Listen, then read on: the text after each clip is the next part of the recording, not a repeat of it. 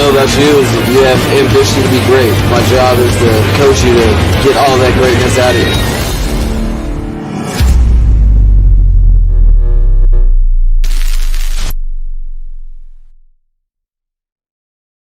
What's good, Fin Nation? What's good? It's your birthday boy, Reason, and we are back for another one. Smoke your packs if you got them. Drink whatever you want to drink on the rocks if you got it. Man, whatever your vice is, jump in head first tonight because the band is back together. Probably my favorite cornerback duo to ever don the aqua and orange is back together. Sam Madison and Patrick Surtain are back. Now, if you were on Twitter yesterday, FinZone from Instagram, they also have a Twitter account. They tweeted out that Patrick Surtain was going to be joining the staff per sources early in the evening yesterday. And then so did Finn's Galaxy, and then they all deleted the tweets.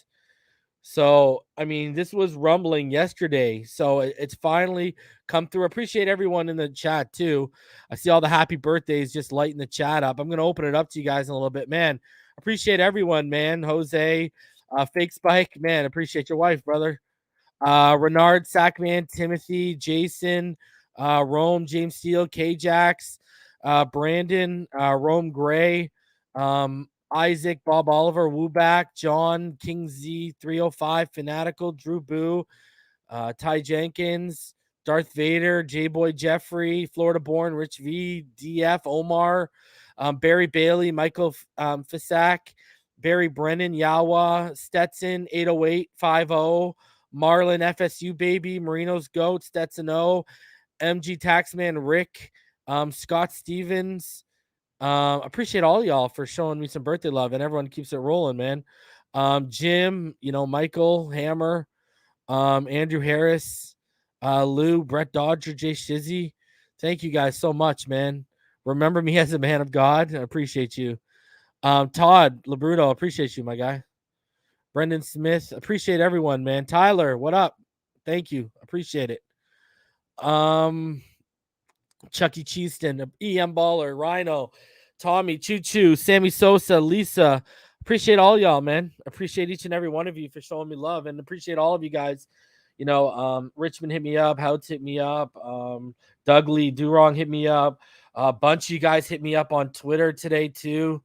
Pyro, what's good, homie? A Money Child, Jamie, all of you guys showing me love. I appreciate it. J Boy, Lorenzo, thank you guys very much. J Hog, Scotty, appreciate it, guys. Thank you very much. So I'm gonna open it up to you guys in a little bit, but I do got a couple things I want to go over. So we're gonna go over the Patrick Surtain hiring. Obviously, Junior, appreciate it. Paulie King, joint to joint, appreciate it. Quentin, Finn's post, appreciate it. Kenny, Sinister, appreciate it. Smash that like button, guys. Subscribe if you're new, by the way. We're gonna go over the Patrick Surtain hiring. We're gonna go over the coaching staff because it's basically filled out now. It is basically done. Then I want to talk about an article Jeremy Fowler dropped, and it was about top 50 free agency fits and where he had Mike Gesicki. We're going to talk about that. And then on top of that, what else we got here? We got a ton. I want to talk a little bit more about Stephen Ross and Bruce Beal and that whole dynamic because there is a lot to talk about regarding that. Then there were a couple minor roster moves, and I'm going to talk about the Brian Flores I am athlete thing. I do want to talk about that. There's a portion of that little trailer clip that came out that I want to talk about. So, we got a lot to talk about, and then I want to open up to you guys for a little bit. So, because the coaching staff is done, I know people are going to have their opinion on the the Brian Flores stuff. So I want to hear from y'all on that because I got an opinion on that. And I'm going to save that for when we actually get into things here. So let's start off. I guess let's go ahead. Let's start off with the hiring of Patrick Surtain Senior as the new head coach. And hold on a second, got a donation here too. Appreciate all y'all. Hammer with the $3 super sticker. Appreciate that. Juggernaut, Jeff, Irving. Seeing all of y'all. Eddie. Appreciate that. Scott, Primus. Happy B-Day, brother. We'll always have your back. Appreciate you, Rhino. Real one since day one, man. A real one since day one. One of my best friends out here in this community for sure. I appreciate you, homie. All right, let's get into this. All right, because I got a lot I want to get through, and I want to leave time for you guys to come up here and chat. So, let's start off with this. Obviously, Andy Slater dropped it at 11:51 a.m. today. Slater scoop Miami Dolphins are hiring Pat Surtain as a defensive assistant to work with the DBs, according to a source. Guys, again, you look at Patrick Surtain, he's technically straight from high school to the NFL level. He spent the past 6 seasons as a head coach at Plantation American Heritage School. That's where he coached Patrick Surtain II, before he obviously got drafted by the Denver Broncos. And he earned 2020 high school football American National Coach of the Year honors. Surtain was, he won 3 state championships in 6 years as head coach since 2016 at American Heritage. In 2018, as his son was heading to Alabama, he actually did interview with Nick Saban for a spot on the coaching staff, but then he decided to remain at American Heritage. And he actually did win 2 of his championships were back-to-back in 2016 and 2017. And he has also coached at the local high school powerhouse out in Florida, St. Thomas Aquinas, where he was a defensive backs coach. He was on the same staff as Jason Taylor. They were there together. Sorry, that's Sam Madison. I apologize. That's Madison. So Madison coached at St. Thomas. Surtain was obviously at American Heritage. And, Madison, after he went to St. Thomas Aquinas, he at least went to the Chiefs for 3 years. Surtain is straight jumping from being a successful high school coach for a powerhouse team straight into the big time. So, you know what? Here's the thing. This is why it kind of really doesn't faze me that he's jumping straight from high school. First of all, shout out to Drew Boo. He said, thanks for being a big part of the community. Thanks for driving the McDaniel train. Choo-choo, motherfuckers. 2 is my QB1. Fins up. No more ruin on the train. I love it, bro. I love it. So the thing is, okay, so at least he was at high school powerhouse for 6 years. I get it. But the reason why I'm not worried about the no NFL experience is because he's coming into a room led by Xavier Howard and Byron Jones. How much coaching up do they really need? Right? This is going to be a meeting of great minds. Bring Needham back, too. I mean, Noah Igbenogany. Obviously, Mike McDaniel watched the tape on Noah Igbenogany when you see the defensive back room that he's putting to get coaching staff he's putting together. Obviously, he's saying we need some help back there. So, and they did bring in Steve Gregory as the new safeties coach too today. So, you look at the secondary coaching staff, and it's obviously clear that it's going to be a meeting of the minds with the veterans we already have. I mean, like I said, imagine Sam Madison, now add Patrick Surtain, Nick Needham, right? Xavier Howard and Byron Jones sitting around talking football. And I'm telling you right now, they're going to pay X. Whatever X wants, they're going to give them. Patrick Surtain and Sam Madison are going to walk in that room and say, keep X. I guarantee you. Because this Byron and X are probably the best duo we've ever had at that position, next to obviously Surtain and Madison. Now, I still think Vontae Davis and Sean Smith were broken up way too early, and they could have been a very special cornerback duo in Miami. It broke my heart when we split those guys up, but I digress. I just think we got the 2 best cornerback duos we've ever had working in unison. Like, that's crazy to me.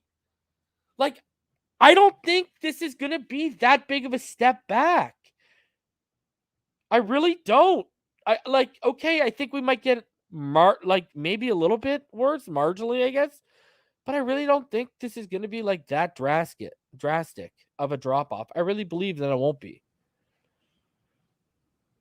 So I'm a huge fan of this move. I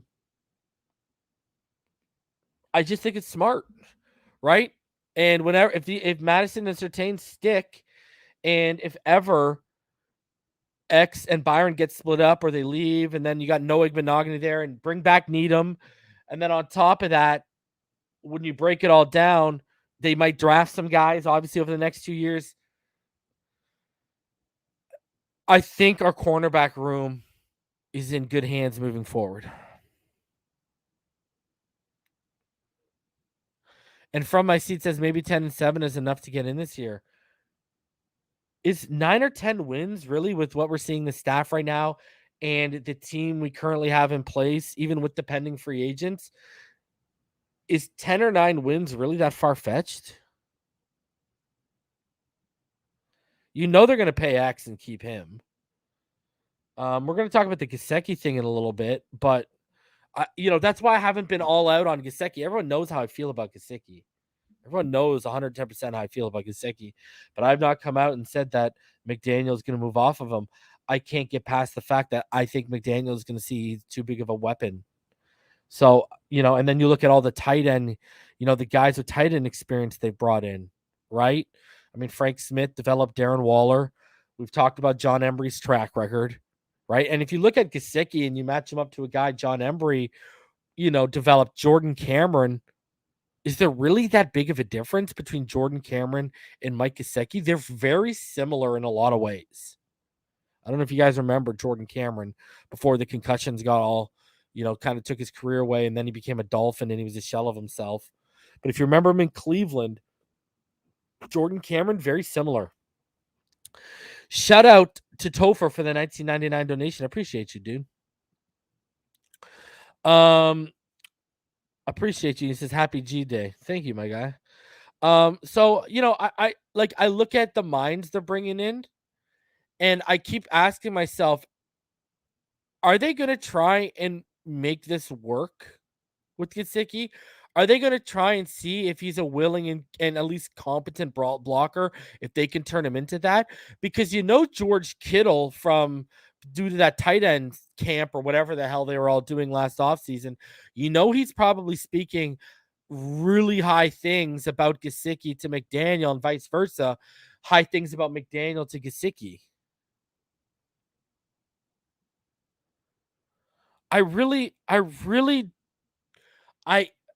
I kind of got to see it to believe it that they're going to let Gesicki walk.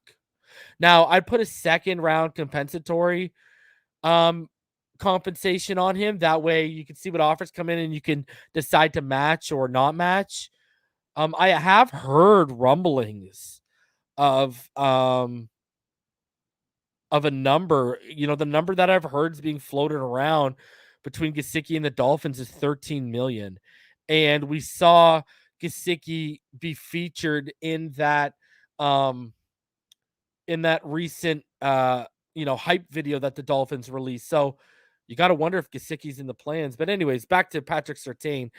Patrick Surtain, I think this is another great hire. I think if any, now there's so many good teachers and there's so much talent around Noah Igbinoghene that if this guy does not stick or it does not click, you knew it wasn't meant to be. And Mr. Ballgame, I would like my payment of our bet in ones just so I can see the stack of him. All right. So, personally, I like the way our, I like all the moves McDaniel's made in terms of the coaching staff he's hired and the voids he's had to fill on the defensive staff. I've been fans of. Now, notice how I did not include retaining certain people because I'm taking a very wait and see approach with two men specifically being Danny Crossman and Josh Boyer. I'm taking a very wait and see approach with those guys. But we'll see, man. We'll see. It's exciting. I can't wait. I said this, a couple nights ago. My expectations for free agency and the draft are very high after the moves I've seen be made by, of course, Mike McDaniels. So, Mike McDaniel. So, and I was going to say Mike McDaniel's staff, Mike McDaniel and his staff. The moves I've seen with him, with Mike McDaniel putting the staff together, but also the minds Mike McDaniel has brought into the building, especially on the offensive side of the ball, have me really excited about what we might be able to do in free agency in the draft, and more specifically to the offensive line. And I really am interested to see how this all plays out under Surtain and Madison with the money Byron Jones and the money Xavier Howard are about to accumulate. I would assume they're going to be advocates for them at least in year one. But I'm going to be interested to see if they're going to, the feeling with Noah Benogany. I think they should keep Nick Needham. What are they going to do with Nick Needham? Are they going to add depth through, because Justin Coleman is gone now? Are they going to add depth through the draft or free agency? So it's going to be interesting to see how this corner room shapes up, at least in year one, and then seeing it going into year 2 and year 3 under Madison and Surtain is going to be even more interesting, because I think by year 2, year 3 is when Madison and Surtain are going to be, we're going to really be able to judge and see how guys are developing under them.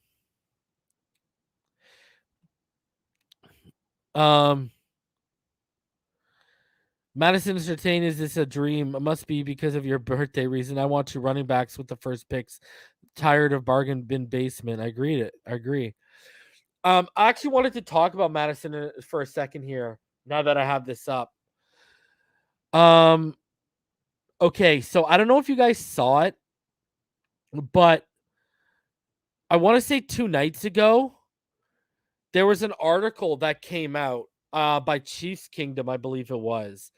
And it's since been not deleted, but put back into the draft stage. So it's been removed from the website. And I don't know if anyone saw this, but and I know people have come out and tried to crap on it and stuff like that. But it was long and extremely detailed of the inner workings of the Bieniemy and the Mahomes relationship. It was long, to the point that the guy who does my thumbnails, shout out to David, he started reading it and wanted to get back to it the next day. And by the time he went to get back to it, it was gone. And he told me, he's like, man, I stopped reading because it was so long. And I read everything, and it detailed exchanges through the headsets, and it just went into super detail. Anyways, one part of it was about Sam Madison, and it was saying that players were starting to tune out and turn on Sam Madison. So I thought that was interesting.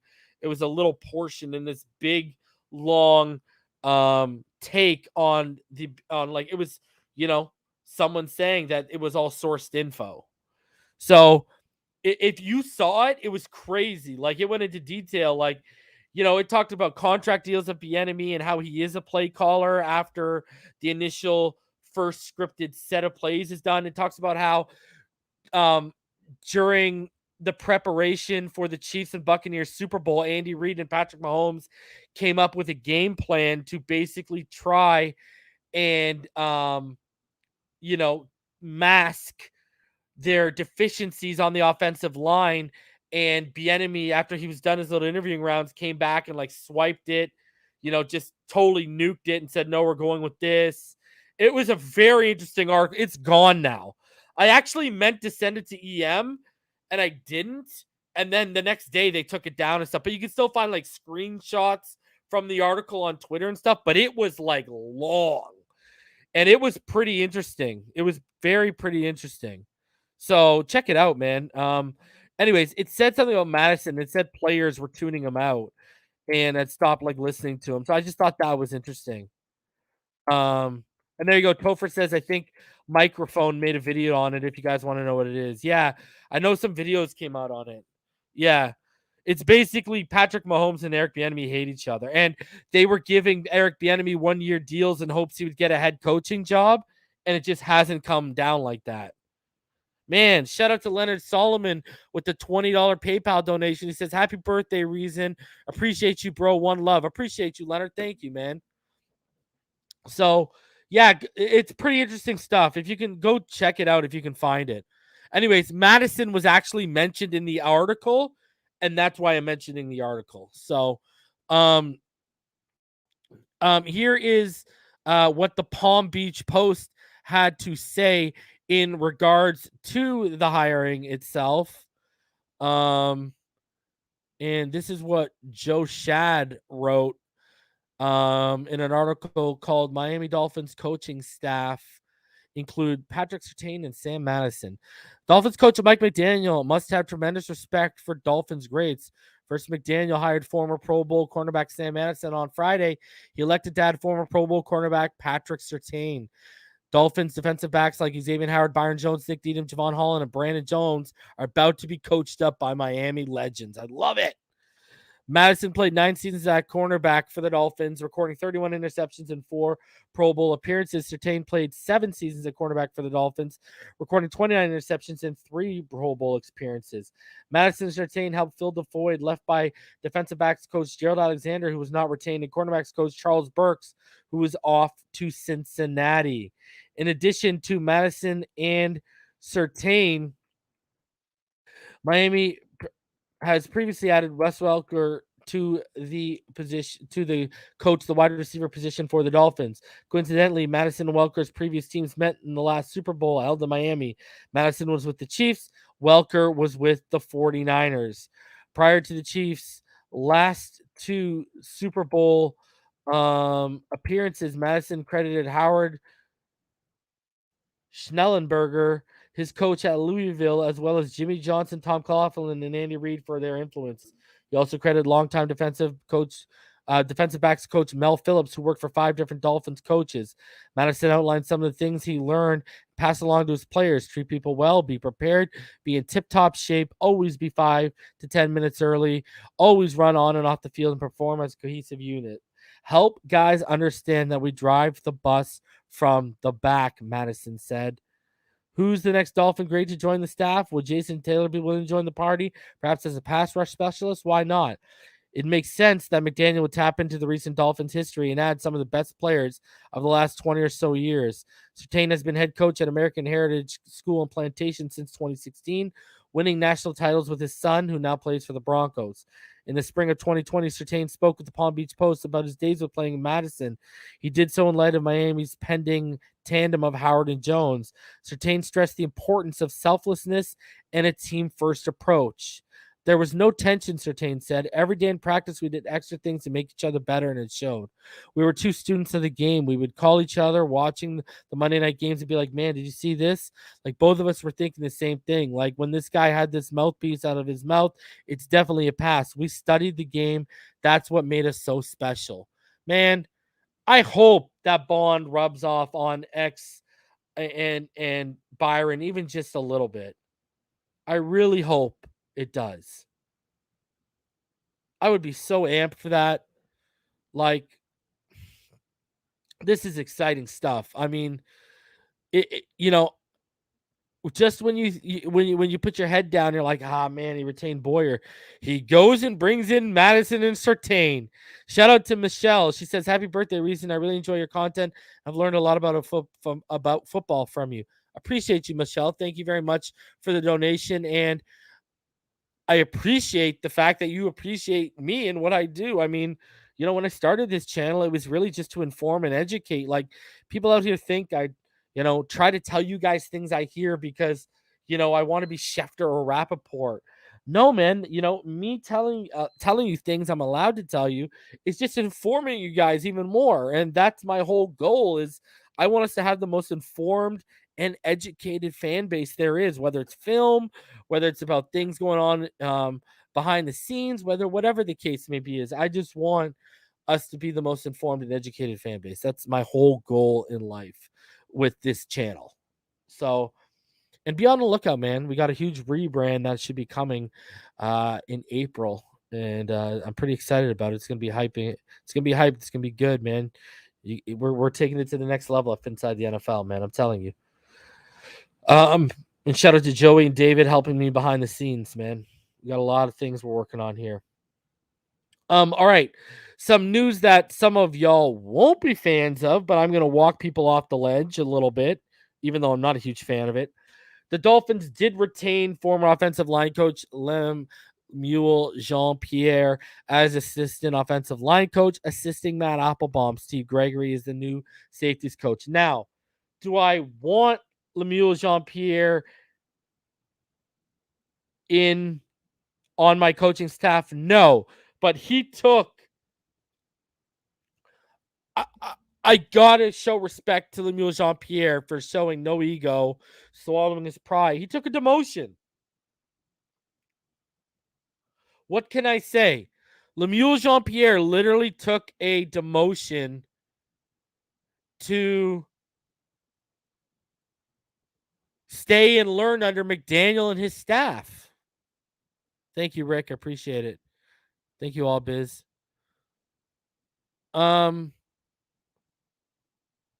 So, I mean, I got to give him props for the fact that he said, all right, well, I'll take a demotion. I'll swallow my pride. I'm not the smartest guy in the room. I mean, okay. Do I want him on the staff? No, but I got to give him props for swallowing his pride and showing no ego, showing no selfishness, and saying, I'm willing to learn. I wasn't ready. That's cool, I guess.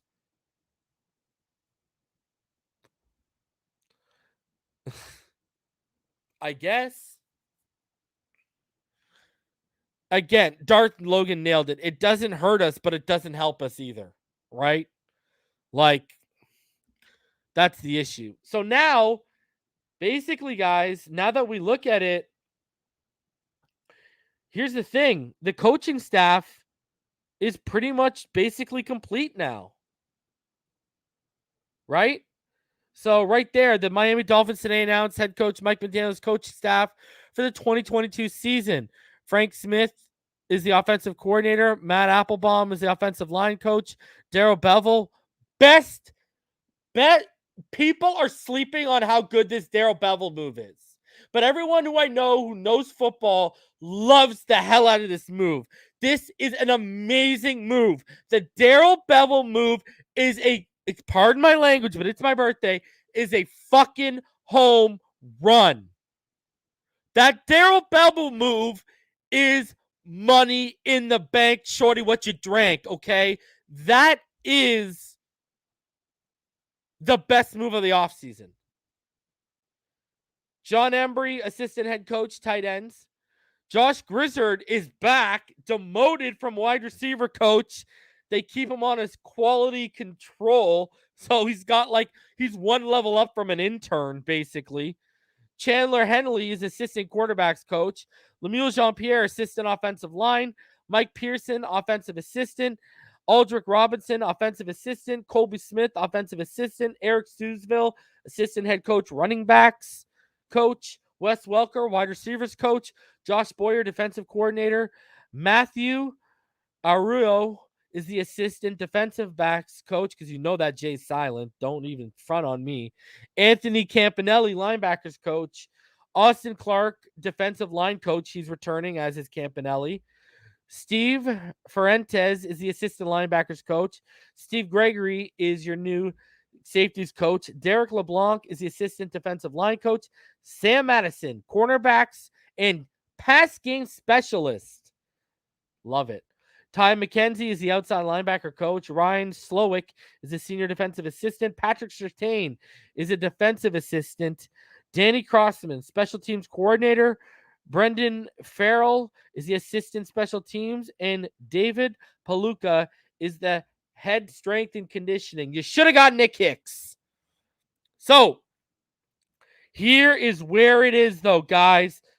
McDaniel's staff includes more than 300 years of coaching experience, including 183 years at the NFL level. 12 of the team's coaches are returning to the Dolphins in the same role or a similar role. The staff is highlighted by 3 former Dolphin players, all of whom played together on the 2004 Dolphins. Those 3 will become the 12th, 13th, and 14th former Dolphin players to also coach for the team. And let's go even further. Let's go in depth to everyone. So Frank Smith, again, we'll just quickly go over everyone for y'all. So again, ran an O-line with the Saints that saw Jahari Evans and Carl Nix combined for 7 All-Pros. He's the one who pushed for drafting Taron Armstead, scouted him. He's the guy who was responsible for Darren Waller's development when he was an All-Pro in 2020. And then, obviously, this past year with the Chargers, Corey Linsley and Rashawn Slater were all pros under him. Daryl Bevell, I mean, what can you say about them? Coach Brett Favre, in his All-Pro 2022 season, Brett Favre followed him from Green Bay to Minnesota when he became the offensive coordinator there. Then when he became the offensive coordinator in Seattle, Percy Harvin, Sidney Rice followed him there. You look at his backs when he was an offensive coordinator. Adrian Peterson and Tony Richardson were all pros in 2007. Adrian Peterson made 5 total Pro Bowls under Daryl Bevell.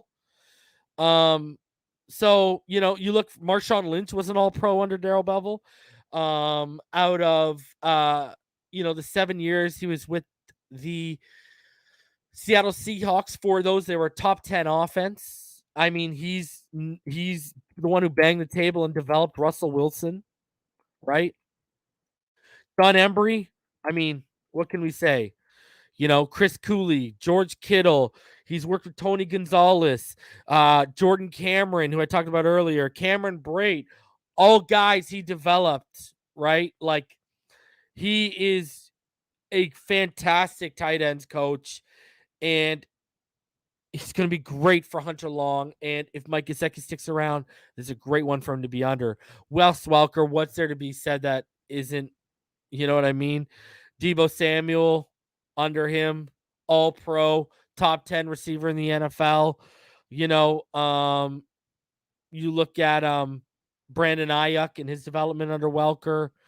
Great stuff. Matt Applebaum coaching the O-line. So, I mean, they had the number 2, the Boston College had the number 2 graded offensive line according to PFF in 2021. Zion Johnson, Alec Lindstrom, Tyler Vrabel had 4 All-ACC players on that line. I mean, we could just go on and on about how great this coaching staff is. So I think it's offensively, I think it's great. I think it's a really good coaching staff offensively. And like we said, right? Over 300 years of coaching experience, including 183 in the NFL. Let's go. That's a lot of experience. So I'll take it. I'm down for it. Let's go. Appreciate you, Tony T. Appreciate you, Dennis. All right. I want to talk about this. Let's talk about this. I want to talk about Brian Flores. So I'm going to play a clip for you. Shout out to DJ Brian. He says, happy birthday, Reason, $10 donation. Appreciate you, my guy. I want to play this Flores clip, and let's get into this. All right. This is what we're going to get into next. Let's do this. Sorry. All right. So let's get into this. This clip, the I Am Athlete podcast, is dropping tomorrow, and Brian Flores is on it. Now, Omar Kelly's in the interview, and he dropped an article tonight. We're going to look at that article. And also, I want to give my opinions on it first. All right. Hold on. Sorry. Zuri, no, I did not see your message. Hold on a sec. Let me find it, bro. Give me 1 sec. And then we'll get into this. Happy birthday, though, Reason. Appreciate you, Zuri. Oh, there it is, $4.99. I don't know if you already talked about it, but Patrick Surtain, that plays for the Broncos, will want to get coached by his dad. Let's go. Let's go, Zure. I am down.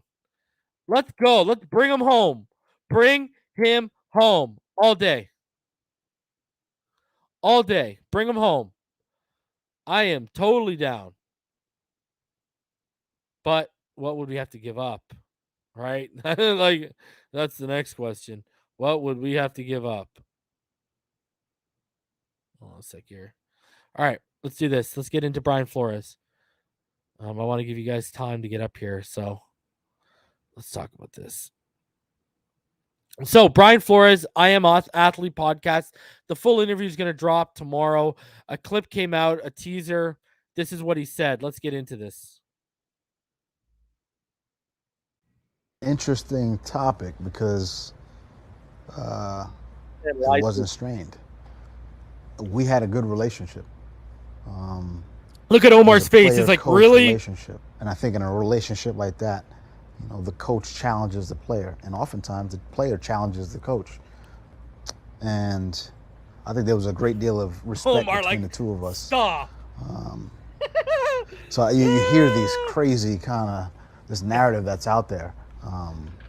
But this is a young man who works, who developed and got better over 2 years, and you know I think he's got the offensive staff you put around him. You know, a bright future. And I wish him all the best. So the world can think what it wants to think. I think as to, you know.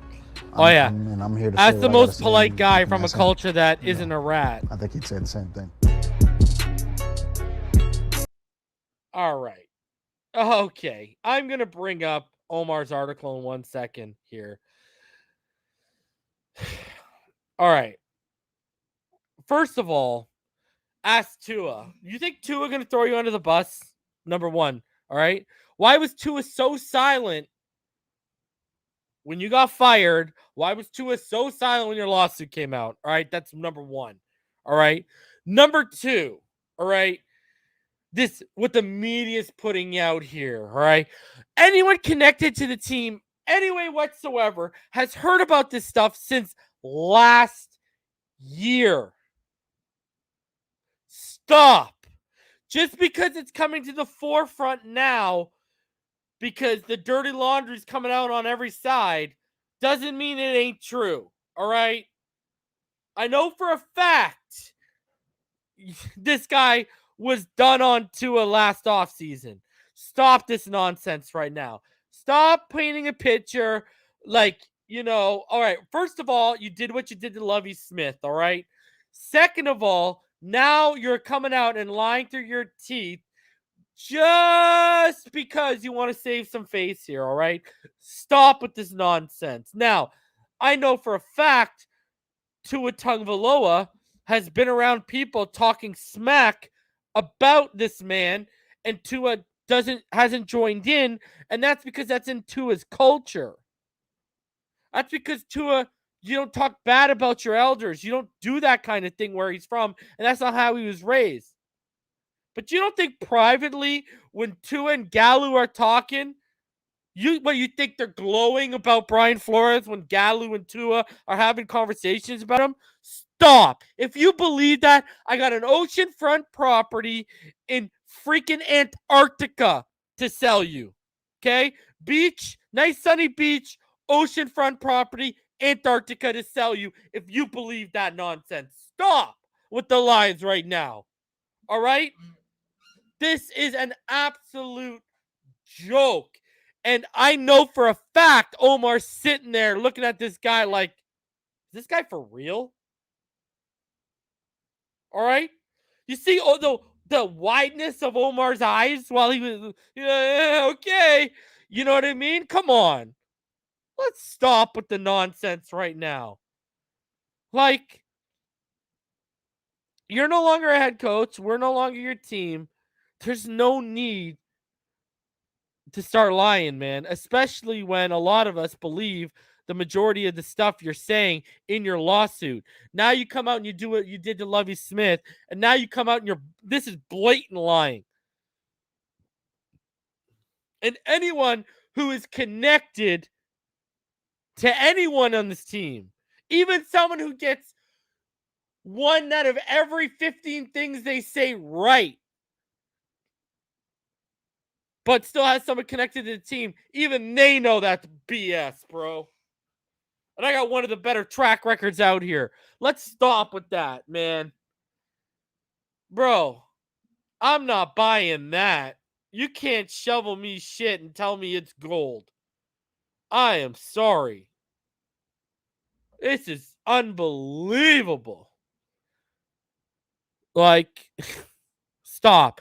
You lied. I know for a fact from someone into his camp, you lied when you told everyone in your Zoom session during the height of the Watson rumors that you had lunch with him. You were lying about that. All right? So stop acting like you guys had a relationship that didn't exist. I knew you were lying when you were the head coach, and you're still lying when you're not the head coach about your relationship with Tua. Stop. And then you say ask Tua, knowing full well the kid ain't going to throw you under the bus because that's not in his DNA. But if that was Aaron Rodgers and you had treated Aaron Rodgers the same way, you wouldn't have said, go ask Aaron, because Aaron would have light your ass on fire, bro. Stop with the nonsense. Stop. This man lying to people. So this is Omar Kelly's article. He said Brian Flores plans to coach again soon. He'll be working with his son's 7-on-7 Broward-based flag football team in the coming weeks, using the game he loves to guide young men the same way he coaches assisted him as a kid, helping him use football as his escape from poverty and despair he saw growing up in the projects of Brownsville, Brooklyn. As far as the NFL, Flores, who was fired by the Miami Dolphins after producing a 24-25 record in 3 seasons, is prepared to never coach at the highest level of the game. He hopes that's not the case, but knew that it could potentially be a reality after filing a lawsuit against the NFL, accusing the NFL of being rife with racism, particularly when it comes to the hiring and retention of black head coaches, coordinators, and general managers. There is, however, a good chance he will become the Colin Kaepernick of the coaching world. But if changes come and generations of aspiring black coaches and executives benefited from it, then he said the sacrifice was worth it. I know coaching is what I was born to do, but this was my calling in life, Flores said, referring to the lawsuit, which he hopes eludes arbitration for the sake of transparency. If I never coach again, but there's a significant change, it'll be worth it. During an interview with the I Am Athlete podcast, which I participated in, Flores pulled back the curtain on how some minorities in the NFL are treated was more important than his personal career goals and his paycheck, which he hasn't received yet from the Dolphins because he refused to sign a release forfeiting his legal rights to sue. The release, which was presented to him when he was fired last month, would have kept Flores from saying anything disparaging against the Dolphins in exchange for the $6 million he's owed on the 5-year contract he signed. According to Flores, he'd rather keep his integrity than fill his bank account, pointing out he survived on his $20,000 a year salary when he got his big break as a scouting assistant 2 decades ago with the New England Patriots. I couldn't live with myself if I didn't, Flores said when asked about his decision to file the lawsuit while being considered for the Houston Texans and New Orleans head coaching open jobs, which he didn't get. The most important point Flores made during a sit-down with I Am Athlete, which airs on Monday, focused on Miami's tanking efforts in 2019. Flores said tanking was never discussed during his interview process with the Dolphins, and if it had been, he likely wouldn't have taken the job. In the lawsuit and subsequent interviews, Flores alleges that the Dolphins owner Stephen Ross offered to pay him $100,000 for every loss at the end of the 2019 season. To potentially improve Miami's draft standing, he refused because I respect the game too much to do that. While many of the moves the franchise made that season, trading Larry Tunsil, Kenny Stills, Kiko Alonso, and Mika Fitzpatrick, releasing a number of veteran players to create cap space, and starting players claimed off waivers or signed off another team's practice squad after 3 days of practice, seemingly aligned with an organization's attempt to tank, Flores says he viewed those personnel decisions as a challenge. Ah! All right. Come on. You tell me, Flores, you knew what was up. Stop. Challenge. His theory is that his defiance ruined his relationship with Ross, general manager Chris Greer, and CEO Tom Garfinkel. Then why didn't they fire you after the first year they tanked? The NFL plans to investigate his claims. During last week's Super Bowl news conference, NFL Commissioner Roger Goodell acknowledged the league had a serious problem when it comes to hiring practices and admits the rule Rooney isn't working, which is 110% correct. Flores points out that the root of the problem is that all 32 owners acknowledge that there's an issue, but would all claim they aren't prejudiced and don't feel they're part of the problem. Flores said an oversight committee is needed when it comes to hiring coaches and executives, and a process that monitors and evaluates the hiring process must be put in place to prevent sham interviews he felt he participated in during 2019 and 2022.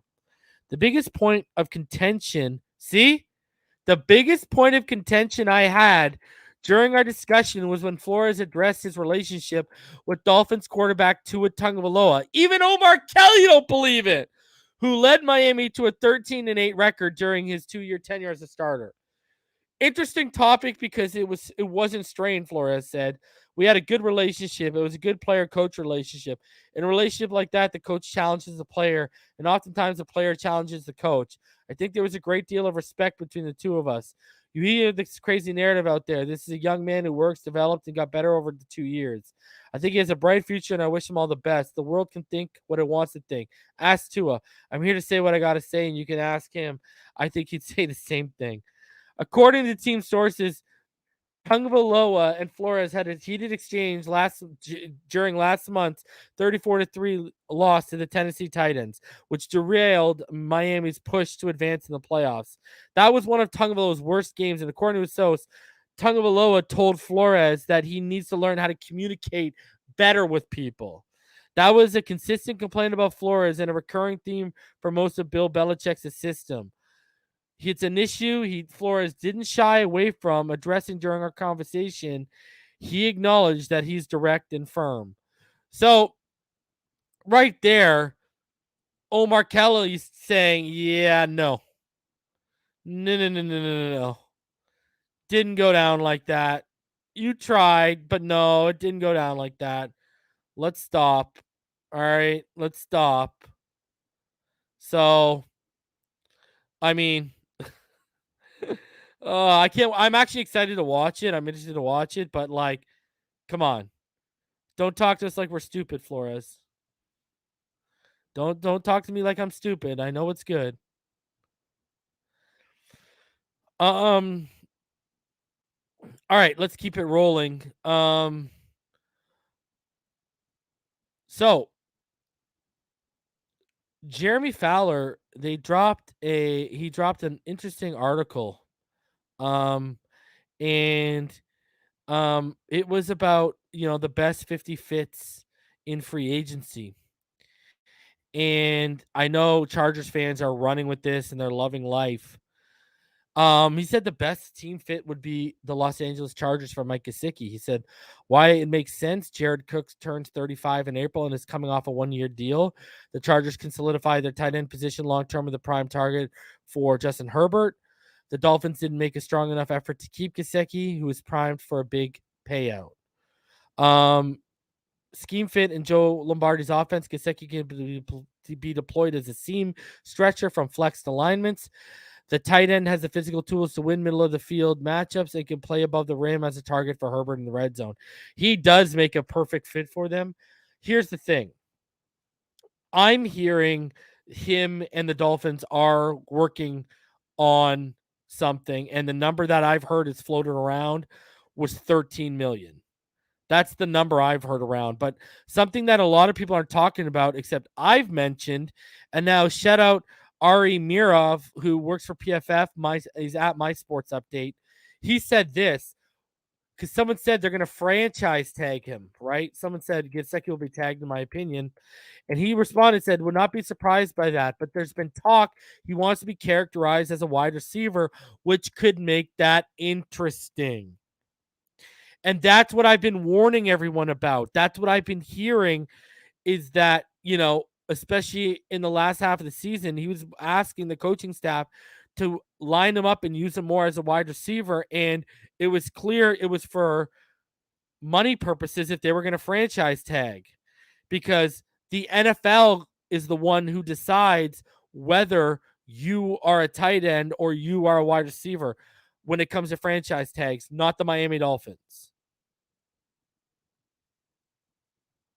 So he is lined up in line as a true tight end less than 5% of the time. That's the issue. So, and if you tag him and he's labeled as a wide receiver, that's going to be an 18+ million tag.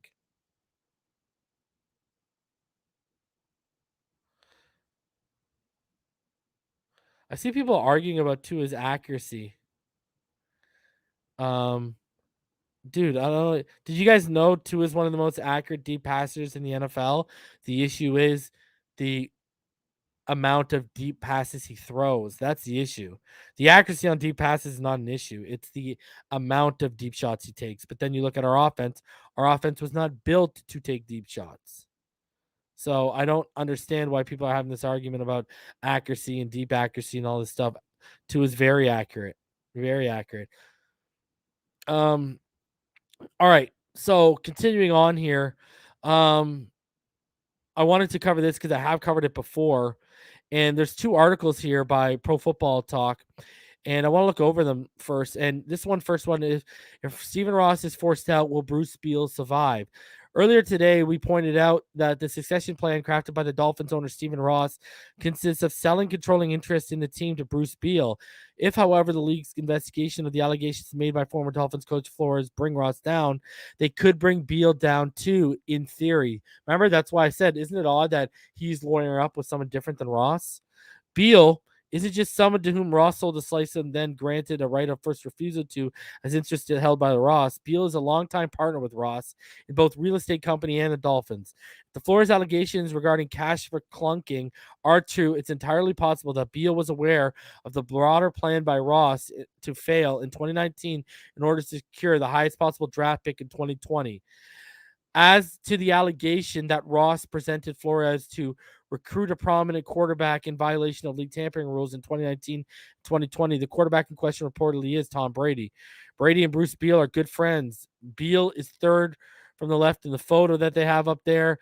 Given that Flores claims Ross tried to arrange an accidental lunch between Flores and the unnamed prominent quarterback on a yacht in the early 2020, it is not a stretch to wonder whether Ross used Beal to schedule Brady's arrival for the Chance by Design meeting. Text messages or other electronic communication exchanged by and between Ross and Beal and Brady could become very relevant to the NFL's investigation. Yes, Tom Brady's cell phone could become an issue for the league all over again. Between Ross talking to Beal and Beal talking to Brady, there could be enough to not only prove that Flores' allegations are accurate as to Ross, but also show that Beal is arguably as culpable as the team's majority owner. Whether it's the tanking allegation or the tampering plan or both, Beal could end up soaking in the same vat of hot water as Ross. Maybe that's why Beal has lawyered up in the face of the filing of the Flores lawsuit, hiring his own counsel to represent an interest as a would-be controlling owner whose days could possibly numbered as his partners. None of this has been proven, but the dots are sitting in plain sight. It makes sense for any credible investigation to explore whether they can be connected. So all of you hoping that Ross getting ousted could lead to the succession plan being killed, there is a possibility, it seems. Now, to be honest with you, there would be a ton of asses sued by Bruce Beal, but if they could tie him to this investigation, then there he goes. And then they had another piece that same day, actually. It's Pro Football Talk is all over the place. So with the Dolphins owner, and this is called, if Stephen Ross steps out, Bruce Beal most likely steps in, possibly Tom Brady as a minority owner. Now we're talking about Tom Brady owning a piece. With Dolphins owner Stephen Ross facing an investigation that could lead to a forced sale of the Dolphins, he already has a buyer. Bruce Beal will likely be in line to take over controlling interest of the team whenever Ross sells that. Beal, as recently explained by South Florida Sun Sentinel, has worked with Ross for years in his real estate company. Beal has held the right to purchase the team since 2016. First, Ross must decide to sell. 2 years ago, he said he wouldn't sell his team in his lifetime. Before he's actually forced to sell, Ross would probably choose to voluntarily cash out. With the NFL investigating the claim from the former Dolphins coach Brian Flores that Ross offered $100,000 for each loss in 2019, and given the sense that the contention will be corroborated, Ross arguably would be wise to walk away before the probe creates evidence that an ambitious prosecutor could use to secure an indictment of Ross for violating the Sports Bribery Act, which is a federal act. Ultimately, it comes down to how committed Ross would be to fighting the outcome. With no one to whom he intends to bequeath the team, it's simply a question of whether he gets the money before or after he dies. Regardless of when Beal gets a team, one name to watch will be Tom Brady. There's a lingering belief Beal's acquisition of the Dolphins will be followed by Beal selling a sliver of it to Tom Brady. As Brady's fortune continues to grow, he could potentially secure controlling ownership of the Dolphins or maybe buy some other team. So basically what they're saying there, and that is Ross needs to get out ahead of it, and before the feds can even come down on him, sell the team, get out of there, and that way Beal will not be affected, because then they won't really probe too much into Beal, and then boom, he can go in and he can sell his little sliver to Tom Brady. So it's all over the place there, you know? In one sense, if Ross sees this out, it could bring down him and Beal. In the other sense, if he says, I'm going to move off of this, well, guess what? That could save Beal, and that could make Tom Brady become a part owner as well under Beal. So it's very interesting to see how that dynamic plays out. It really is. And then just a couple little things for you guys. One is the Dolphins had 2 signings today. They signed defensive end Deshaun Hall and fullback John Lovett. Now John Lovett, he's going to be used as a fullback and on special teams. So there you go. We have a fullback officially in this offense. Now defensive end Deshaun Hall. He's played 13 NFL games. He's totaled 6 career tackles and 1.5 sacks.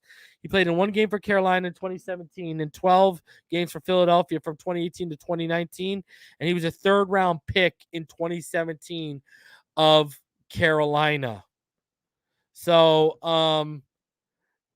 just a little small roster move that the Miami Dolphins did, right? And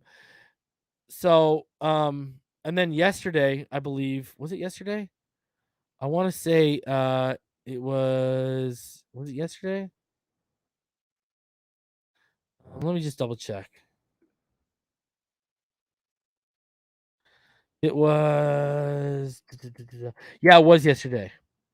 So if you didn't see yesterday, the Miami Dolphins, they signed a receiver / return specialist from the 49ers by the name of River Craycraft. So he played his college football at Washington State as well. So he's a return specialist and he's a receiver, small minor signing, training camp body. So small minor moves by the Miami Dolphins. Guys, I'm going to open up to you guys for the next half hour. You guys can come up here if you want to talk about Flores, the finality of the coaching staff. The floor is your guys. I'm going to open this up right here. I'm dropping the link. Let me drop this. Boom. Link has been dropped. You guys want to come up here and chat? Link is right in front of you guys. Appreciate everyone for coming out and showing me some birthday love. Appreciate each and every one of you guys. Had some nice chicken parmesan tonight. Went out to a local Italian restaurant. Beautiful stuff. Beautiful. We got birthday celebrations tomorrow. Barbecue all day, baby. Darth, what up? Tyler, what up? What's up, man? Happy birthday. Appreciate it, man. Thank you. Bro, like, I don't know if you've watched, like, Omar on the Big O show. I didn't watch it today, actually. Yeah, so he actually kind of talks about the flow stuff. And Okay, what'd he say? he was basically saying in a nice way, like, he was like, I don't feel like he bought it. And then the look on his face, right? Yeah, and that's what Big O was saying. It was like, you look like you're about to laugh, blah, blah, blah. Deer in headlight. And he's like, yeah. And what he said was he just really thinks that Flo just cannot connect with people, and he really thinks, like, their relationship wasn't bad, and that's what Flo believes. And he also said that it made him uncomfortable when Flo said, ask Tua, because he's like, Tua's not going to say anything bad against him. And he said it made me feel uncomfortable. So to put that in perspective, I mean... Basically, Joe, Cam, and Omar said he lacks awareness about how he is with others. Yeah. And like I said that when I first heard the clip, when he said ask Tua, I was like, you know, he's not going to say nothing bad about you. Nick from Perform said like Tua cannot like you, and you would never know because he doesn't talk behind people back. And Marcel Lewis was on his show again. Big O asked him about the Omar thing, and again he said, you know, Flo really isn't aware of the relationships around him, and it's like maybe it's because of his background and what he grew up in. And that's their theory on it. But, yeah, I mean, Flo really believes what he believes. He doesn't think he's lying. Narcissist. But that's part of the problem was his inability to connect with people in the organization. And that's why he was fired. Shout out to Vaughn954. He said, happy birthday, Brody. $9.99 donation. Jim McCune said, Reason, have you seen Bollinger's video about McDaniel's run scheme and stuff he and Bevel are going to cook up? Play action will be fun to watch. I haven't seen Baldy's video on it, but I'm telling you, people are sleeping on this Bevel hiring so bad. It's ridiculous. Yeah, Big O talks about it a lot. Talks about their video a lot. Todd, Pyro. Happy birthday, my boy. I appreciate you, man. Thank you, dude. Pyro changed his avatar for me. Look at this. How is everybody tonight? We're good, man. Pretty good. We're trying to figure out why Flores is lying to us, bro. Save face. I don't know, man. I if think this it's so wasn't the most delusional. bizarre spiral, that I mean, really crazy. I mean, he just didn't seem like It's all ego. It's all ego. I mean, it's so crazy though. You know, like he just didn't seem like the type guy that would completely spiral his career. You know, because he's got something to say. Because he's a guy that had nothing to say. And you saw I Am Athlete, they tagged him too. They tagged Tua.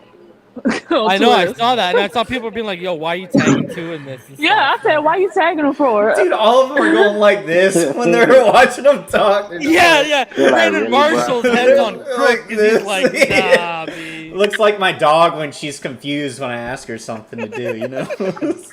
I just don't like that he tried to talk like we didn't see what was going on. And then I said on Twitter, I was like, he's saying one thing, but his actions said another. But, dude, Patrick Surtain, man, I'm so stoked for this. Ubak, what were you going to say? Yo, happy birthday, Reason. Appreciate it, man. Thank you. G'day, mate, from down under. Salute, my man. You're always putting up the best content out on best YouTuber on Dolphins content on the planet. Appreciate it, man. Yo, you know what I wanted to say to you, actually? Yo, have you ever heard of a YouTube channel called Sailing La Vega Blonde? No. They're this Australian couple, and they sail around the world, and they're raising their kids on, like, basically sailing on the water, but they're Australian. Wow, So- I must check it out. Yeah, so it's kind of crazy. And they met, and funny enough, they met in New Zealand. Hey, that's where I'm from. Exactly. That's why. So But I live in Yeah. Australia now. But Scotty reason, knows what's up. Yeah, go ahead. on the Flores and tour interview, that just cracks me up. You know, the thing about the dude is like, well, what do we need to lie for? You know, everybody can see and know what was happening. Tua is not the kind of person who's going to say anything, so he drops it back on Tua. Because you were right, reason in our culture, in Samoan culture, you've got to respect your elders. And Yeah, I think he- Flores yeah. knows that. Yeah. So, lucky Tua is the term, you know, to respect for Samoans. Now, imagine if he said that to somebody like, let's say, like a junior Sear, Yeah. Hey, or Reason. someone like that, would be a different story. But yeah, reason, thank you very much for having me. Salute to all the guys, all the Dolphin fans out there from Australia. You know, fins up, good hiring, McDee's. Oh, Mike McD and, you know, the rest of the staff. I can't wait. But thank you, Reason. Salute. Appreciate you, back. Thank you. Someone just said my name. Who said my name? Yeah, it was me, Reason. How you doing, man? Happy birthday. Appreciate that. Hey, I got a comment about Flores and the Tua thing, man. Go ahead. I just want to know how we all seem to know what Tua's thoughts and opinions are on their relationship. Tua hasn't said anything, and I'm not saying that Flores is, you know, being totally, you know, forthright with what he's saying. I'm just simply indicating that Tua hasn't made a comment whatsoever about the relationship. And he's not So- going to. He's not Parts going of to. it- Publicly, at Okay. least. He's not going to. Okay. I'm not, again, I'm just stating that, you know, everybody has an opinion on what Tua and how he feels and, you know, what he thinks about what was going on with the relationship. It's all speculation.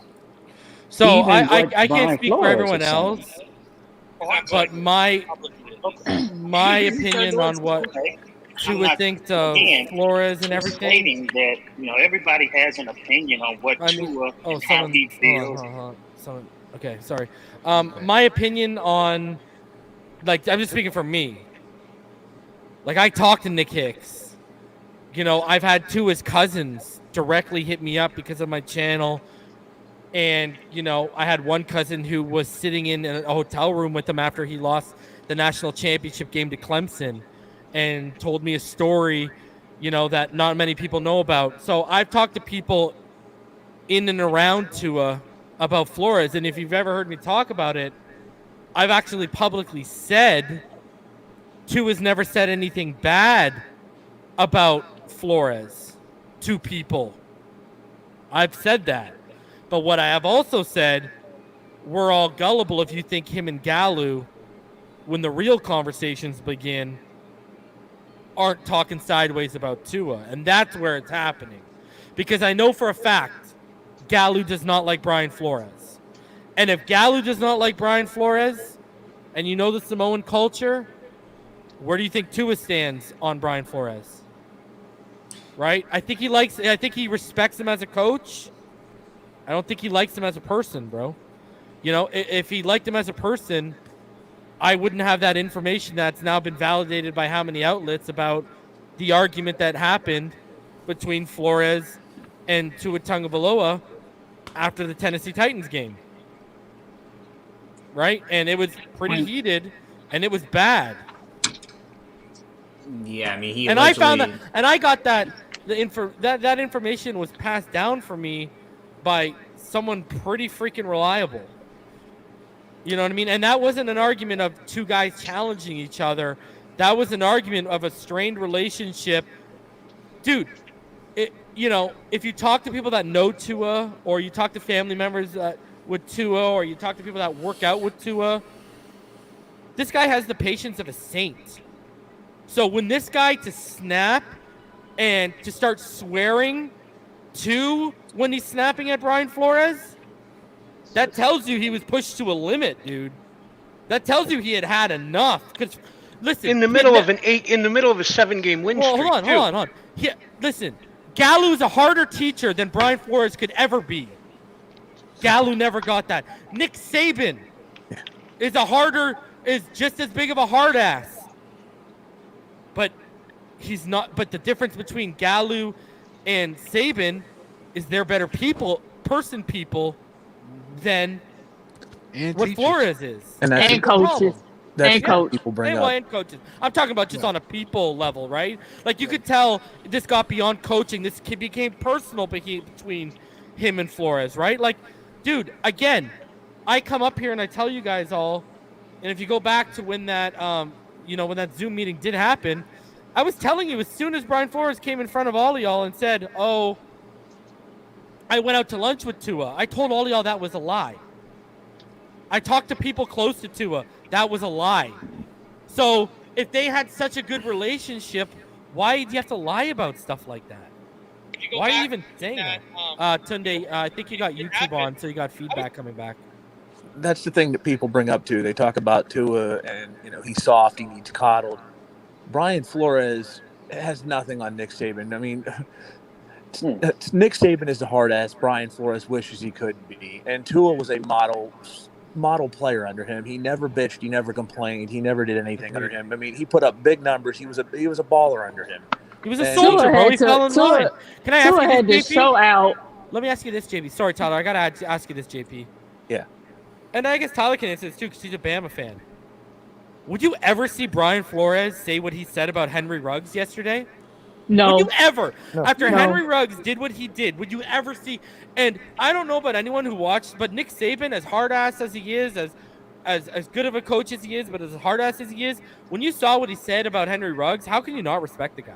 Absolutely. No, here's the thing. Nick Saban, I think he gets a bad rap because of how he used to be. No, Dolphins In fans Miami. don't like him because he left us high and dry over the Yeah. quarterback situation. Yeah. No. And he really cares about those kids. And his voice got louder as he was talking about Henry Ruggs. You could clearly see he was hurt, but he's still hurt by it because Henry Ruggs never got in trouble when he was with Nick.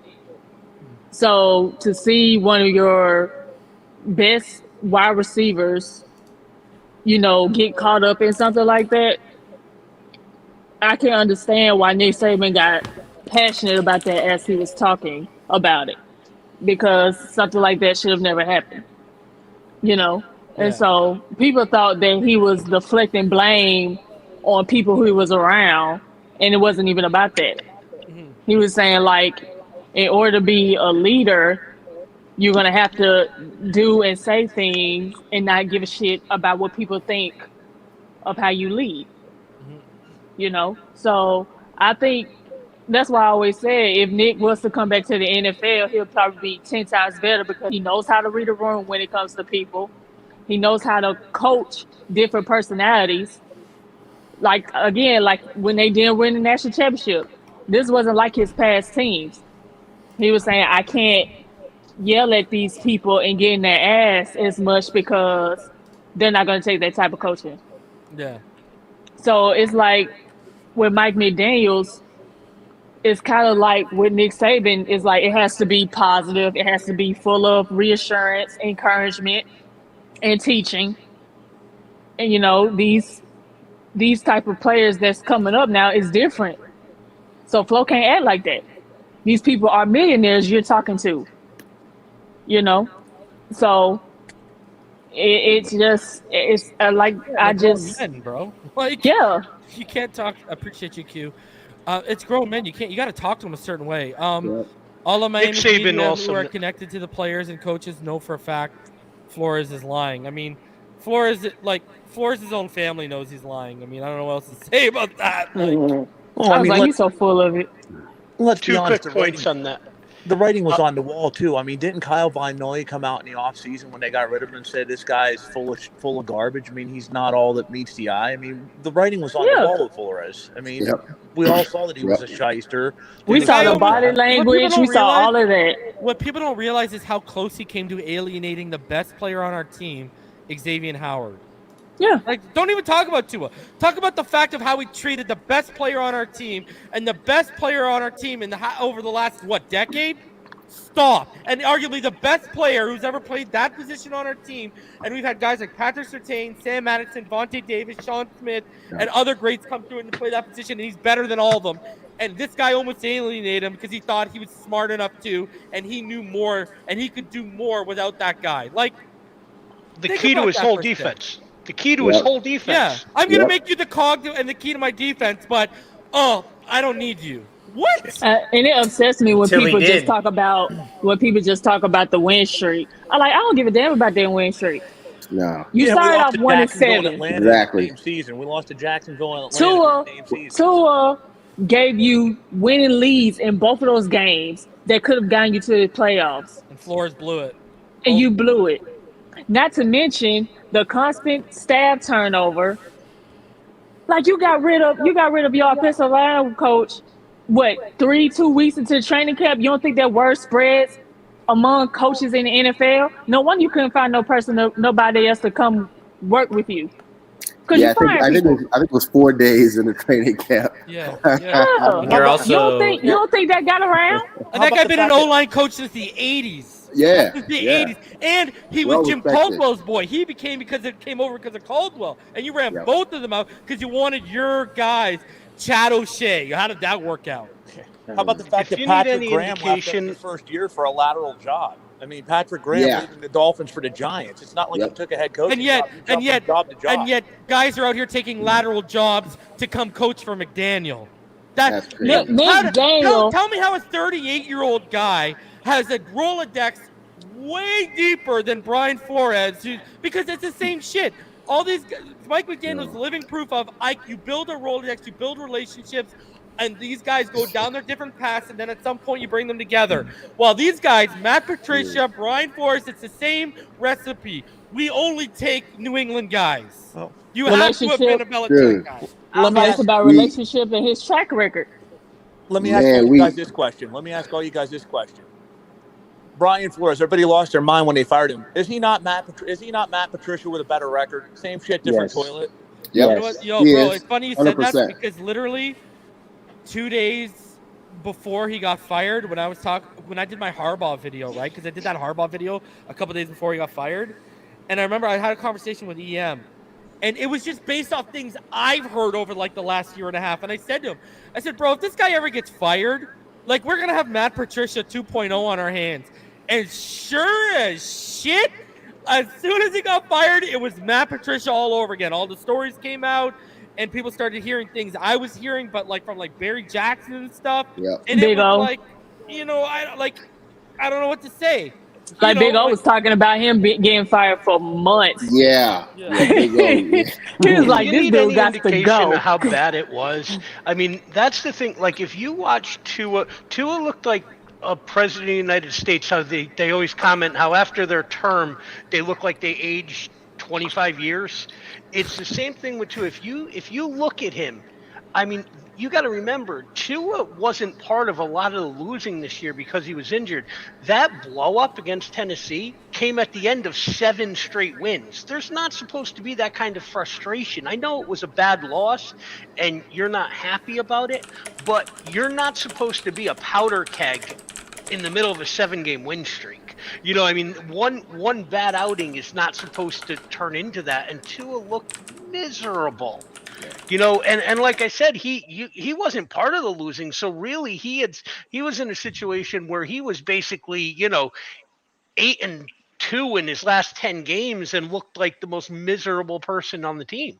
Well, when you're got your ribs cracked by your offensive line, you're supposed to be helping, like, protect you.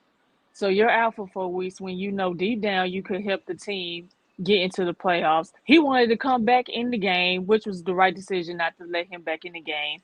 But after that, he wanted to play. Your coach wouldn't let you. Right. Then you're out here going hard in warm-ups trying to show everybody who will watch is everybody, who is watching on TV that, hey, I can play. I'm saying your coach tries to keep you out. So it took the damn fans chanting your name to make you get in the damn game. Yeah. Then you got to deal with damn Watson rumors. You've been dealing with Watson rumors since the end of your rookie year. Like, damn, And they're I not didn't even even get a chance to prove rumors. I mean, myself. now that the report is out, Yeah. that they actually did. I mean, and to a certain extent, you go, okay, there's some professionalism in telling him to his face. But can you imagine on the eve of the season being told, look, I want to go in a different direction, and then Yeah. have to deal with that all the way through? How do you ever respect? Because today I heard Omar and Big O talking about Tua being I coached missed a hard. good It's one today. very difficult to be Yeah, Omar coached hard. said. It's Yeah, very Omar said difficult to be like coached hard by he, somebody who wants to get rid of you. he said in the press conference, like at the end of that Tennessee game, like Tua was like, Thank you, "Fuck Dr. it, Kraft. like I'm already dealing with a head coach who never had my back." Well, the red So flag I went don't up give for a fuck. me. The red flag went up for me when he walked off the field after we beat the Saints. Like Yeah. he was had his head down, and I've never seen him have his Yeah. head down after a win like that. He always puts his finger up and always does his thing, and he just like was kind of like, and And it it's like was I don't blame Tua because it's like I came from an offense where I had the confidence and was feeling the scheme where I can throw it all around the field. Like I had my confidence, and I come here and I'm downgraded to a damn game manager. Like it's less room for error. I can't, do shit off the cuff. I don't have the protection, so I gotta fucking maneuver myself through the pocket just to get a damn pass off. Like it's like would you gotta tell me let him this play. too? It's like this, yeah, like it's not fun. I'm dealing with a coach who's been trying to get rid of me since I stepped through the damn door. Like, man, hell no, man. It's tough as Take the hell. training Like wheels I off can't. and let the kid play. So to hear Mike McDaniel just come in and you see him actually who watched the film on Tua, obviously, and knows for a fact, like, I can work with this. If Reason was to come in as the coach and watch film on Tua and saw the pocket presence, saw the potential eye manipulation, the accuracy, he's accurate on deep balls, just have to improve the intermediate routes.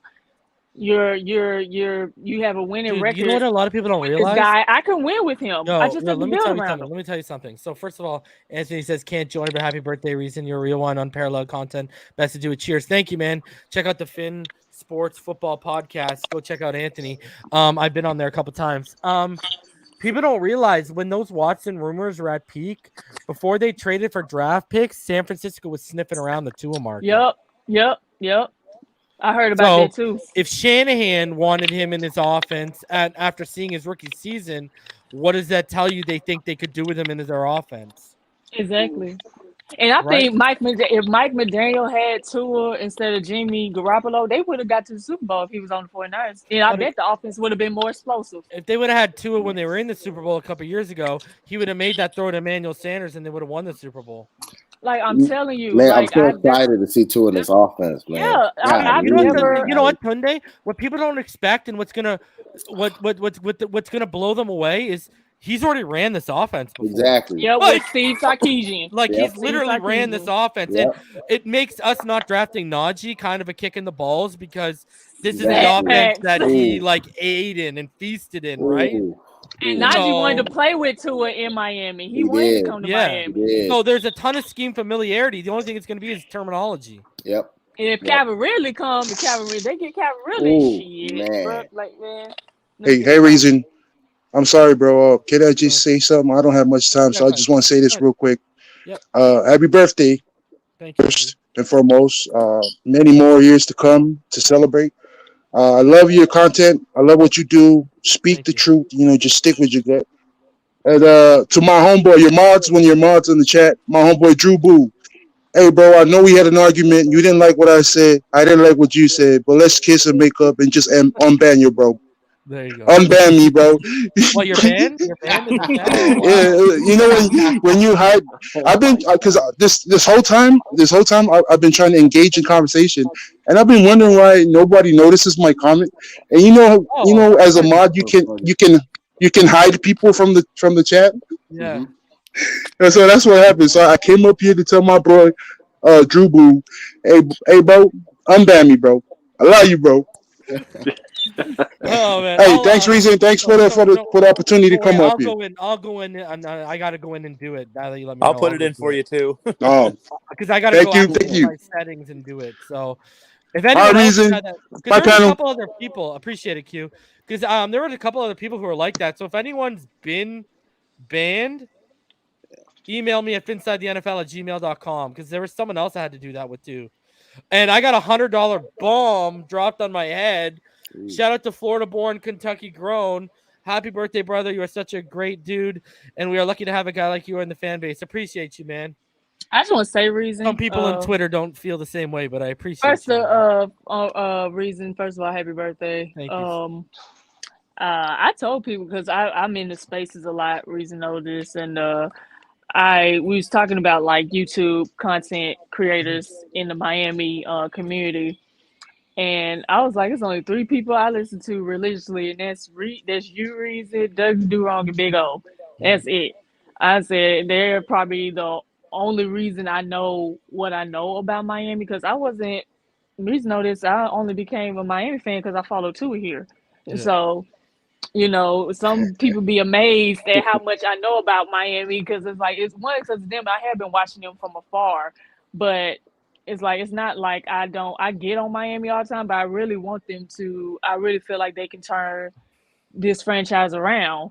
They're just one coach away from doing it. They could have made it last year. You know what I'm saying? So it's like, it's blueprints everywhere for them to follow. It's just, they just have to stop with the constant drama and just focus on, getting the team better, which I believe they're trying to do. It's just one person got to stay out the way, and that's Ross. Yeah. So, Reason, thank you for giving me the opportunity to come up here all the time, because that's the only reason people know who I am in the space and on Twitter, and give me my props about football. I'm passionate about it. I play basketball, but I'm more passionate about this sport because I love watching football. So, I'm one of the Tuaneers, as TD likes to say, but I believe in my eye test. I know what he's capable of, and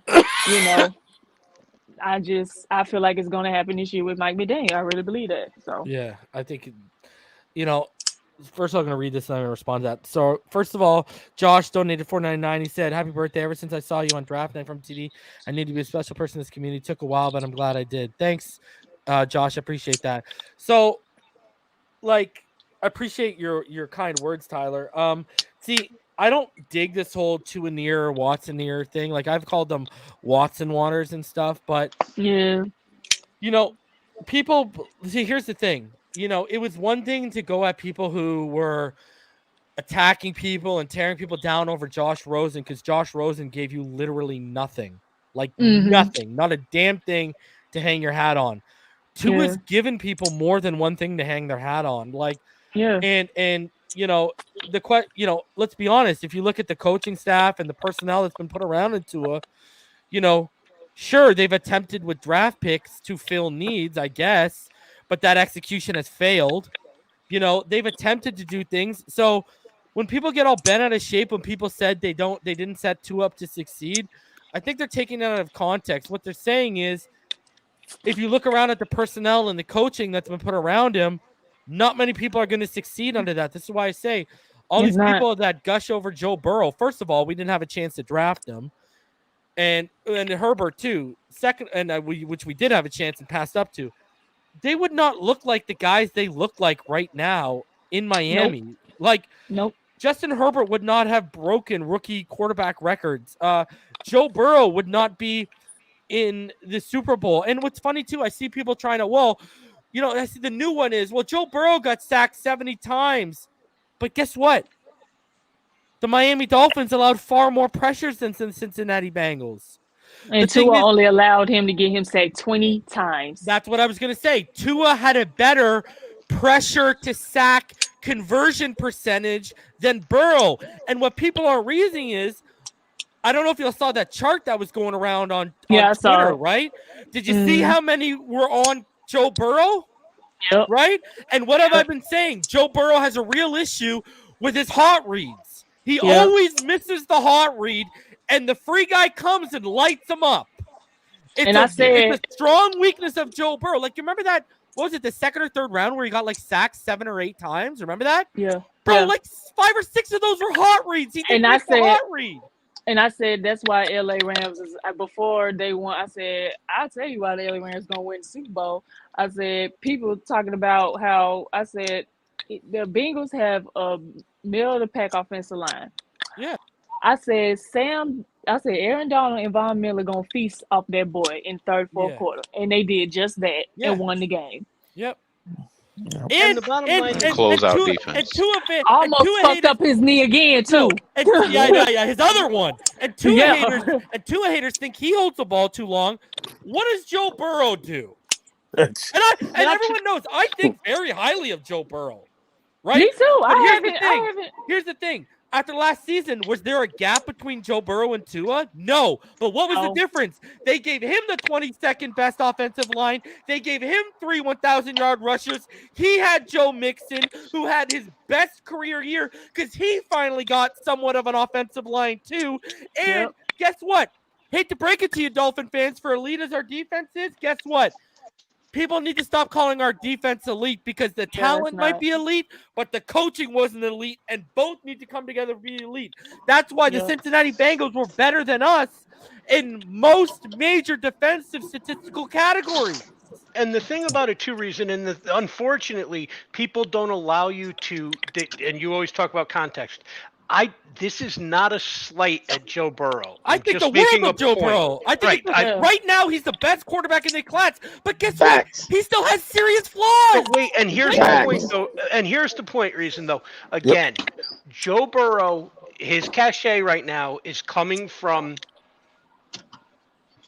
his playoff run. Okay, because again, he's a 500 quarterback in the first 2 years of his career. He's lost as many games as he's won. Now he had a wonderful playoff run. If Tua doesn't get injured, or if Jacoby Brissett could have gotten one win while Tua was injured, Tua's in the playoffs and gets the opportunity to go on that same 3-game run that Joe Burrow went on. Todd, hold on, Todd. If Flores in this elite defense did their job against Jacksonville and Atlanta, not only are we in, we're smiling because he left the field against Atlanta with the lead. Win the division. Our defense blows it. Jacksonville, he had the lead. Our Brian Flores gets outcoached in the last 4 minutes by Urban fucking Meyer, and we lose the game. All right, in the last 2 minutes. Both games. And last time Tua left the field. Hold on. His hand-picked guy, Jabroni Brissett, can only come out here and beat the Houston Texans. That's the only team he can beat. Every other team barely do that. But the point being now, Tua has had 22 opportunities to play football for the Miami Dolphins, and 14 times he's left the field a winner.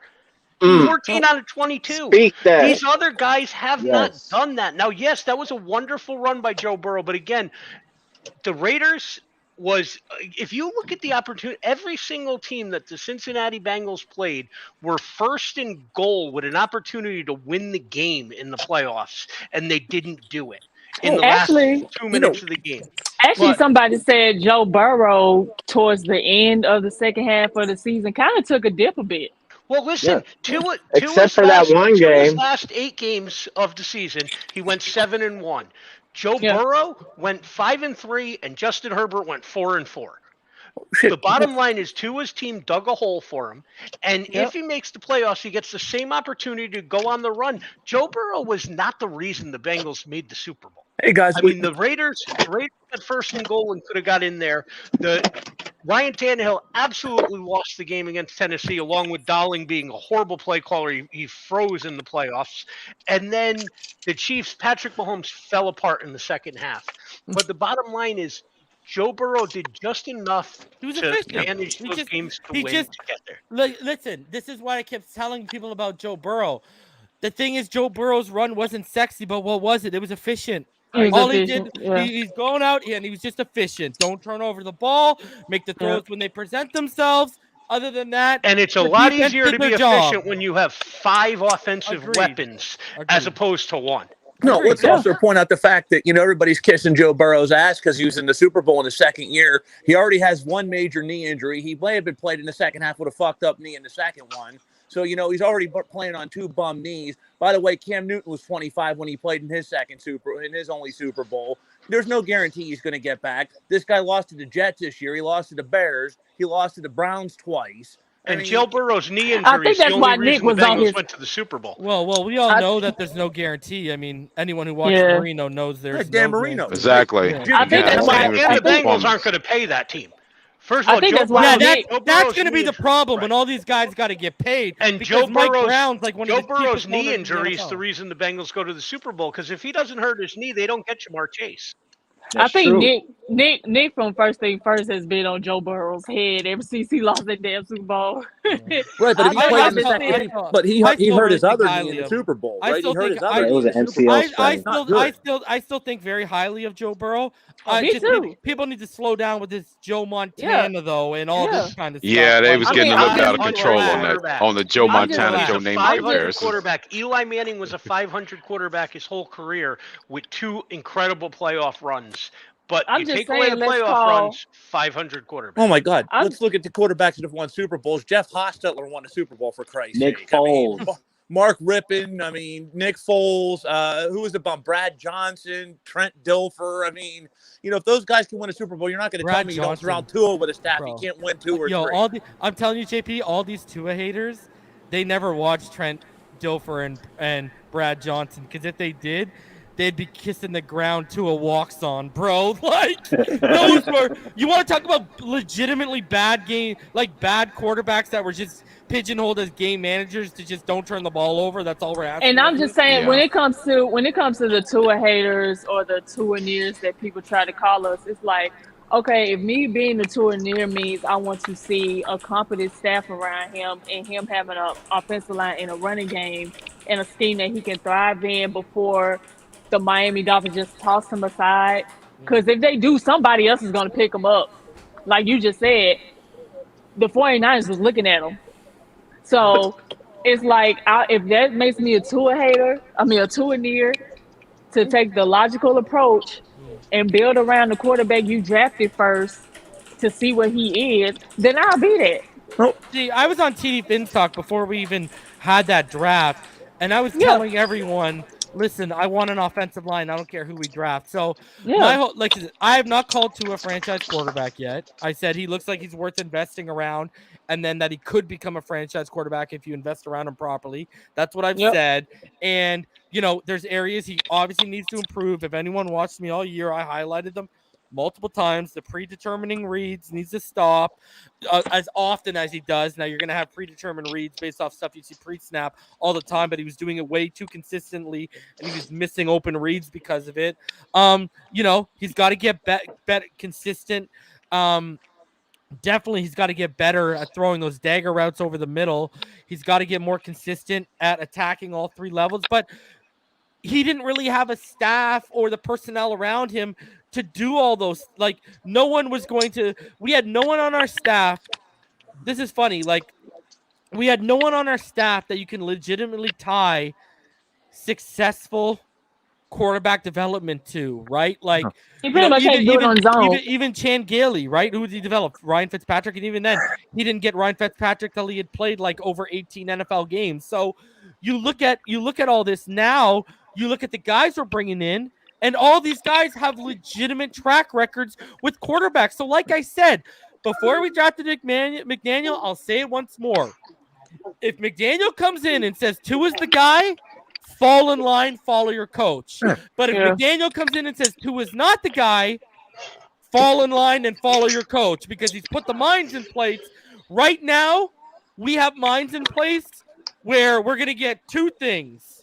Proper development at that position, no matter who it is, and 2, proper evaluation and trusted evaluation at that position. Again, no matter who's at that position. And I want us to build a competent offensive coaching staff, an offensive line, a receiver room, and a running back game where if Tua works out, it takes him to the next level. But if Tua doesn't work out, you could just plop the next guy in and we could just hit the ground running and everything's taken care of. Amen. Amen. I just want to say too, like when Mike McDaniel called him, And I said, that's really all Tua needed to hear was, you know, that that that you know that confidence and reassurance and saying like, I believe you. We're gonna have a great relationship. I'm all in. That's all he needed to hear, because he didn't get that for 2 years. You don't think he I gonna didn't work? think he He ain't got that gonna work about his draft ass off night.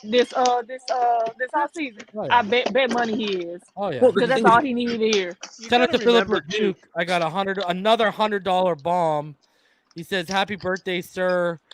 And thank you. Hold on a sec here, guys. I saw something I wanted to address here. I got to get through final thoughts too. So, Martina, you are going out on the limb here. He's got Tyler Algier as the running back 1. I love him. I got him as my running back 5. I think he's a perfect fit for us. BYU. I do think he'll be there in the second or third if you're gonna go running back. All right. I got to get to my wife. Final thoughts. Logan, we'll start with you, buddy. Yeah, man. Really stoked about the defensive coaching hires now. I feel like this is a move to try to appease X. To be honest with you, that's just my personal opinion. I had no idea, but this is just like the guess on it. I don't know about your thoughts on that, but that's just how I feel, because they were pretty upset with Gerald Alexander being gone, and yeah, man. The flow perspective is funny on Tua, but anyways, man, fins up. Tyler, your final and thought. happy birthday. Thank obviously. you, Logan. I appreciate it. Tyler, go ahead. Oh, I'm looking forward to the season. The coaching, really, I'm really looking forward to, how they develop these guys, especially the offensive line. I wish the season started already, because the coach staff Mike McDaniel put together is just making me very, very excited of what's to come. So I'm looking forward to it. Hope I see some pictures of Tua's thick legs, because I love his legs. So Tyler, I got to talk to you when you go backstage about something. King All right. Z 305. Go ahead, buddy. First and foremost, happy birthday, Reason. Thank you, sir, for wishing me birthday on Twitter too. Oh yeah, of course. Excited about the Patrick Surtain hire. I agree with Logan. Hopefully it appeases X. Flores is full of shit, and fins up. Did you see Sean Diaz's comment? I personally want to thank Dan Marino's arm was from Zeus and he threw lightning bolts. Amen to that. Tunde, your final thoughts, buddy. Oh, hold on.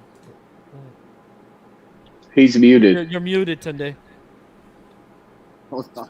All right, there we go. There you go. Yeah, man. Happy birthday again. Thank you, sir. About the Flores thing. So Flores, as part of his case, the fact that he's saying the Dolphins fired him for a race-based reason, he has to kill any sort of rumors about him being a locker room cancer or him not being able to get along with anybody. So this was all in keeping with that. You know what I mean? Just the whole him getting out in front of the media, him getting out in front of the NFL. So that's all that was. I'm really excited to see Tua in this offense. I think this offense is a cheat code for quarterbacks. I think even average quarterbacks can play well in it, and I think Tua is well above average. And I think this allows us to get a full evaluation of him, right? Agreed. Let's actually see how good he is when he has an offensive line, when he has a running game, when he has a coach that knows what he's doing offensively. So in that way, there isn't any sort of what ifs, you know what I mean? So, hopefully we'll see what happens. I wanted to ask you today, because I know after we had that show, we talked backstage, and you were actually the first person I told when I got that. Yeah. Let me mention that too. You told me it was that Thursday.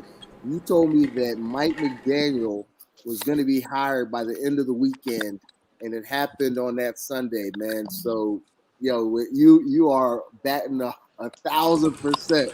Appreciate it. I mean, so that's good but stuff, man. I wanted to get your thoughts on when we were backstage. We also talked about how we both believed the majority of the lawsuit. Yep.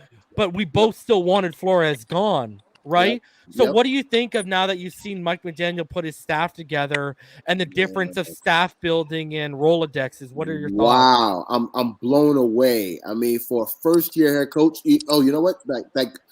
Like you were saying before, the Bevel hire is what really gets me. I mean, to get somebody that's been an offensive coordinator, Super Bowl winning offensive coordinator, interim head coach, to be a quarterback's coach. Wow. Yeah. I mean, Yeah. that's huge. Agreed. That's huge. I mean, this staff, I mean, I'm blown away. And to just get the former players, that's icing on the cake. You know what I mean? Like, I didn't want Gerald Alexander to leave, but I think he's made up for it, eh? Big time. And I think it speaks volumes that he was fired. You know, I think that lets us know that he was entrenched in Flores's camp, and he couldn't stay, with the team further. So yeah. Yep. Appreciate you, man. Make sure to come up here more often, bro. Yeah, I will. Yep. Pyro, your final thoughts, buddy. Well, man, once again, happy birthday. Many years to come, man. You stay safe out there because, it's getting wild out here. But, yeah, we all knew that Flores is a snake. There's nothing new about that. But, it's a new era. We got to leave that in the past right now. It's McDizzle season right now. And we just got to keep it going, man. Fins up. McCoaching. Yeah. That's awesome. Todd, your final thoughts, buddy. Happy birthday, my boy. I tried calling you tonight, by the way. Again. I know you did. I know it's been a crazy day. It's all good. Congrats. Tell your son I'm happy and proud for him, bro. That's huge with the baseball 15 scout. years old, Drews, and I mean, Awesome. we get D1 football letters already. MLB scouts. He's gonna have quite a future. That's awesome, bro. Just remember to bring me along as a intern wherever you go in the coaching staff. You got it, my man. As far as Tua goes, I think that, again, every single one of his flaws, we feel like, predetermining reads and all of that. With this offensive line, you can't blame the kid for doing that. Again, we can't let narrative turn into conventional wisdom and then turn into revisionist history. We continue to judge the kid. Us that are really behind him need to remember, again, he's 14-8 after going 22-2 in college. All he does is win. The bottom line is he was a shell of himself year one, and he had to play in all the adversity you could deal with Flores. Not only did he personally, go to Tua and tell him he's, we're looking to make a move. It undercut the kid in front of the entire team when he's just trying to find a leadership style in the NFL. He's 23 years old and he's trying to become the leader of an NFL team. And the team knows that that Flores and the Dolphins are trying to move on from you. It cut any chance he had of becoming a leader in the locker room. So this kid fought so much adversity. And again, he's a kid. We forget that. He had to stand up there and be a professional when no one else around him was and would stand up for him. And it's just night and day now. This year, you're going to see Tuscaloosa Tua. There is no doubt in my mind. There's a reason he was the class of that class coming in before the injury. And we're going to see it. We are going to see it. I appreciate you, Big John. Yeah, hey man, if anyone's going to unlock him, it's going to be McDaniel and the staff. I truly believe that. And the same thing goes for a guy like Austin Jackson. If anyone's going to unlock him, it's going to be the staff. There's going to be no excuses for. It's not just Tua. There's other players where it's not going to be a lot of excuses for y'all. Crypto, your final thoughts. Hey man, happy birthday and many more. Look forward to the next 100 of them. You got it coming. Bro, if I live to be 137, end my life, bro. I can't wait to see the gray beard. We're going to live forever, man. Bro, I mean, Moses, bro. Exactly. Coming on here, parting the Tua haters still and the Tua lovers. Exactly. Like the Red Sea. Yep. Logan, good point on that defensive backs, man. I'm excited, man. A+ hires on the defense in the secondary, man. Pretty good about that. They was trying to do a little bit of appeasement there because they was a little disappointed about Gerald Alexander. But good point there. Yeah, I'm excited about those hires, man. A+. And then on the thing that was said earlier about the coaching, as far as we only being a coach away, basically, Stephen Ross agrees with you on that one because he only made changes to the coaching staff, and then McDaniel just took it from there and started making his A+ hires. So he kind of agrees with you on that point when it comes to us being a coach away to fixing this team. So shout out on that part. So Stephen Ross kind of agree with you on that. All about the Rolodex. Yeah, and that Rolodex only.